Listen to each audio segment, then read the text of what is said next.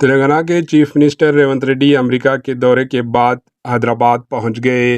रियासत तेलंगाना के दारुल-हुकूमत शहर हैदराबाद के शमशाबाद इंटरनेशनल हवाई अड्डे पर एमपीज, एमएलएज और पार्टी कारकुनों ने चीफ मिनिस्टर रेवंत रेड्डी का वहलियाना इस्तकबाल किया। इस मौके पर रेवंत रेड्डी की शालपोशी, गुलपोशी व पटाखों और बैंड बाजे के साथ इनका शानदार इस्तकबाल किया गया। चीफ मिनिस्टर रेवंत रेड्डी आज शाम कोकापेट में कॉग्निजेंट की नई कॉम्प्लेक्स का इफ्तिताह भी अंजाम देंगे। Bureau report, HN news.